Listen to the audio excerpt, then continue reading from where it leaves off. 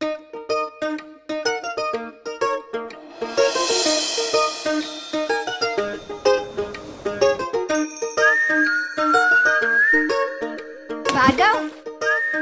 You. ఈ ప్రేమల్ని నేను నమ్మను. ఈ జనరేషన్ ప్రేమల్ని అస్సలు నమ్మను. నేనేదైనా యాక్సెప్ట్ చేయాలంటే మినిమం ఉండాలి. మనకేదైనా కావాలనిపించినప్పుడు కొనేయడమే. అది ప్రేమ అయినా పగైనా కొనే.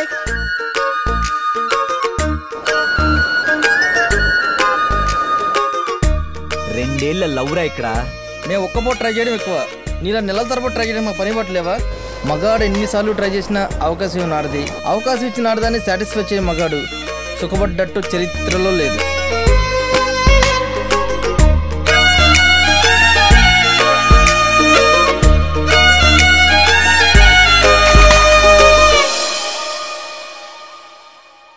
నాకు ఆల్రెడీ ఎంగేజ్మెంట్ అయిపోయింది.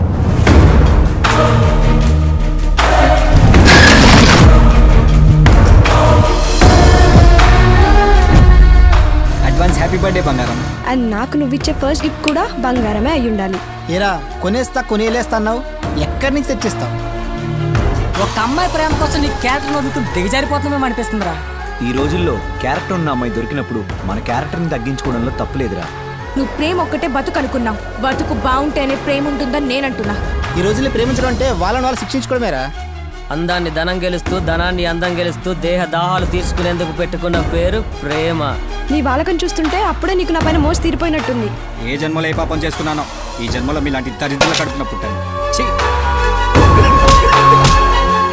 చచ్చిపోవాలనిపిస్తుంది భార్గవ్. పెళ్లి చేసేదాకా ఆగలేకపోతున్నావా పాపిష్టపుదానా?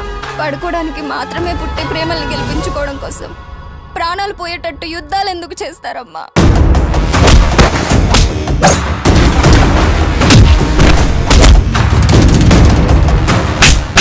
ఇక్కడ తప్పు చేసిన వాళ్ళు ఎవరికైనా ఒక్కటే తీర్పు. మన కులపాల కంచంలో ఎంగిలి మెతికే ముట్టారు. అట్లాంటిది వేరే కులందాన్ని ఎట్టా ముడతావురా? మీ కులాలు, కట్టుబాట్లు, మతాలు, పంతాలు బ్రతుకు పోరాటం మీద చూపించండి, అంతేకాని అలాంటి ప్రేమికుల మీద కాదు.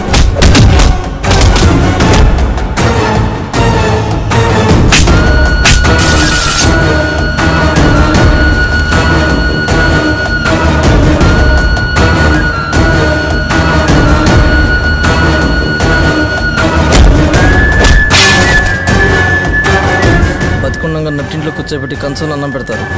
చచ్చాక వాకిట్లో కుండ బింకెట్టి మొదటి ముద్ద అంటూ 4 మెతులు పడేస్తారు. అట్టండి బతుకు మనయి. రాసిన